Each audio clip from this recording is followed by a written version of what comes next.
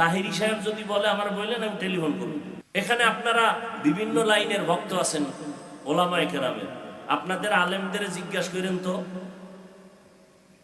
যে হাফিজ ভাই আসছিল এই কথা কইছে, আপনি কি করেন?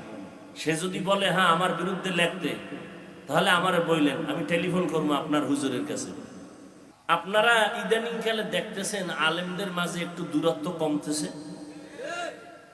সত্য কথাটা বললেন, মানেন আর না মানেন, বিভিন্ন শ্রেণী পেশার বিভিন্ন ঘরানার আলেমদের মাঝে মোটামুটি একটু দূরত্ব আগের তুলনায় কমতেছে, এটা টের পাইতেছেন? সত্য কথাটা বলেন, টের পান? আপনারা দূরত্ব তৈরি করেন কেন? সাধারণ মানুষ আপনারা এগুলো দেখেন না কেন? খবর রাখেন না কেন? আমার তো অন্তর বলতেছে সব ভেদাভেদ ভুলে সব আলেম একদিকে চলে আসতেছে, আসবে। আপনারা মাঝখানে সাধারণ মানুষ কেন দ্বন্দ্ব করেন? কেন দ্বন্দ্ব করেন? কই আমি তো আমার ভক্তদেরকে কখনো বলি নাই যে কোনো আলেমের বিরুদ্ধে তুমি ফেসবুকে লেখো আর দ্বন্দ্ব করো।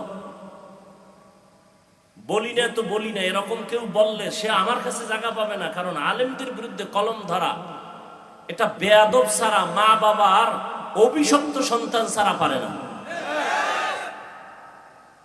সেই অনুমতি আমি দিব কেন?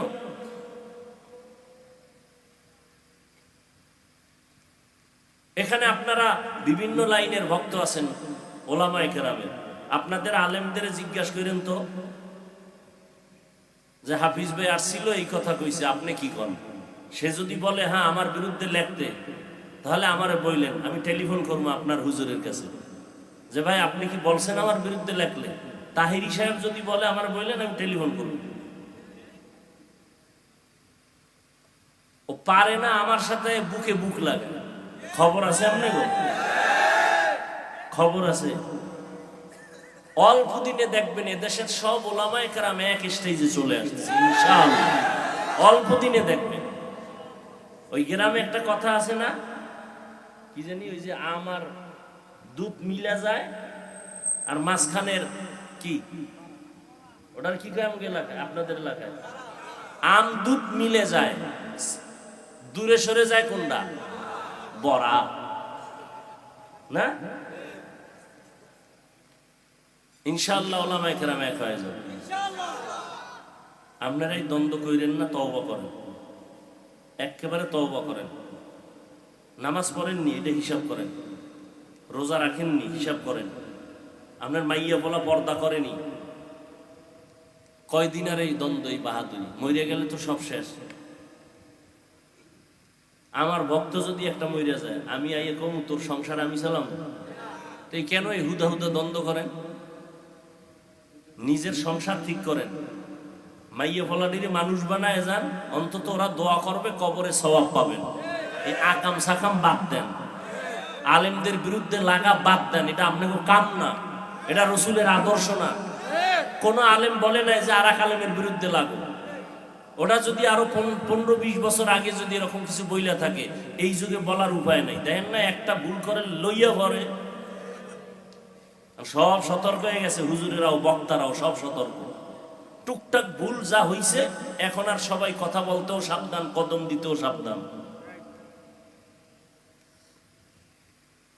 মাঝে মাঝে তো এয়ারপোর্টে যাই, ওয়াজে যাই, ওই উত্তরবঙ্গে বিভিন্ন চট্টগ্রাম, এখানে তো এয়ারপোর্টে গেলে বহু বক্তার সাথে দেখা হয় বিভিন্ন লাইনে, দেখলেই বুকের সাথে বুক, নাম কমু না, এই হেগো বক্তা হেনে আছে, আমি নাম কইতাম না, ভাই চা খেয়ে যান, আমি কিনা বিমানের টাইম নেই, ও ছবি একটা তুইলা নিচে পিছন দিয়া, টের পাই নেই, নাম কইলে হেনে সবাই ছিল। আমগো লাইনের না, ওরা মাঝে মাঝে আগে আমগো গালি দিত, এখন আর দেয় না। চিন্তা করছে না এর দ্বারা ইসলামের ক্ষতি হয়। বেঈমানরা হাসে, দেখছো মুসলমানের কেমনে গালি দেয়। এই জন্য এখন আমাদের বক্তারাও মোটামুটি সংযত হইতেছে। দোয়া করি আল্লাহ সমস্ত উলামায়ে কেরামদেরকে আরো সংযত হওয়ার তৌফিক দান করেন। দ্বন্দ্ব ছাড়েন।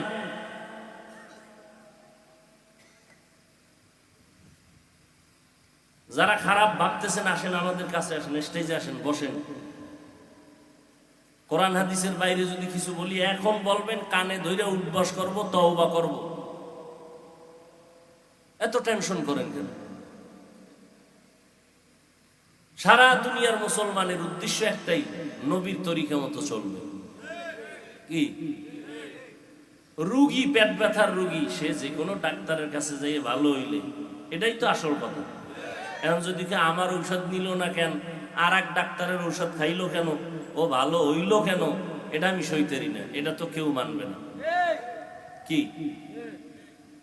আপনার উচিত নবীর সুন্নাত অনুযায়ী চলবেন। এতে যদি আপনি তাবলিগে যাইয়া পারেন আলহামদুলিল্লাহ, তাবলিগে না গিয়েও পারেন আলহামদুলিল্লাহ। এ কথা তো বলা যাবে না যে তাবলিগ করলে না করলে জাহান্নামে যাবেন।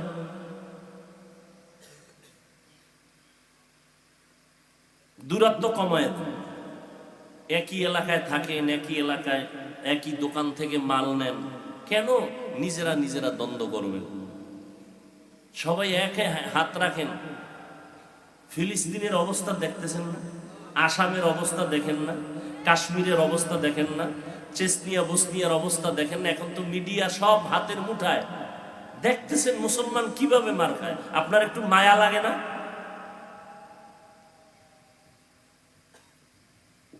নবীজির যদি মহব্বত থাকে তাতে আপনার অন্তরে মায়া লাগা দরকার।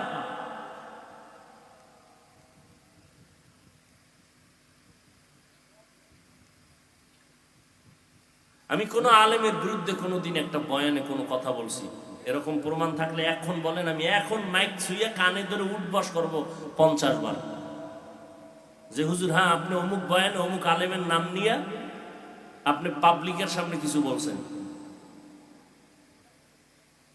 আপনারা কেন বলবেন?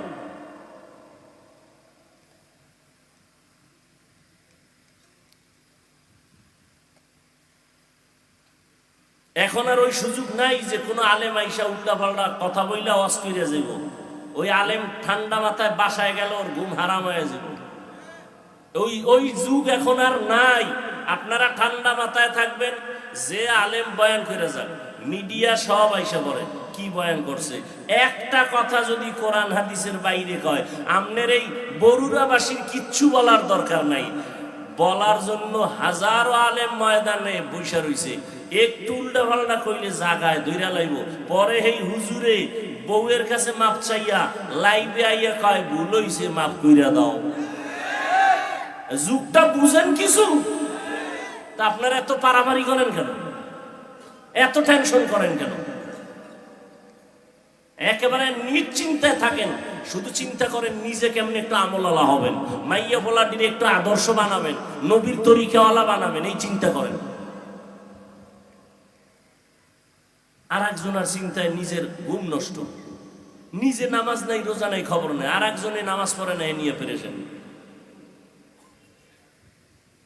ওই মসজিদে আজান হইতেছে, কয় চলো নামাজে, কয় আমি যাবো না। কেন? কয় পেরেশানি কি? কয় কবরে একা কেমনে থাকবে, এই টেনশনে আছে। হুদা আকামের দোয়ান দেন। কি যুবকেরা সত্য কথাটা বলেন, মুরব্বীরা। এখন কোন আলেম কি উল্টা পাল্টা বয়ান কইরা কেউ ধরে নাই, বরুড়াওয়ালারা কিছু বলেও নাই, কিন্তু এই বয়ানটা মিডিয়ায় যায় না। উল্টা পাল্টা কইয়া এই যুগে কি কেউ ঘুমাইতে পারে? ও নতুন করে লাইভে আসা লাগে না? আইয়া ক্ষমা চাওয়া লাগে না? আপনারা আর কি চান? এরপর নিজেরা কেন দ্বন্দ্ব করবেন? আলেম পাইলে দোয়া নিবেন। আপনার এলাকায় আলেম আসছে, আপনি কোন দল করেন দরকার নাই, হুজুর একটু দোয়া করেন আমার ছেলের জন্য, মেয়ের জন্য, আমি যেন শান্তির জীবন যাপন করতে পারি, দোয়া চাইবেন।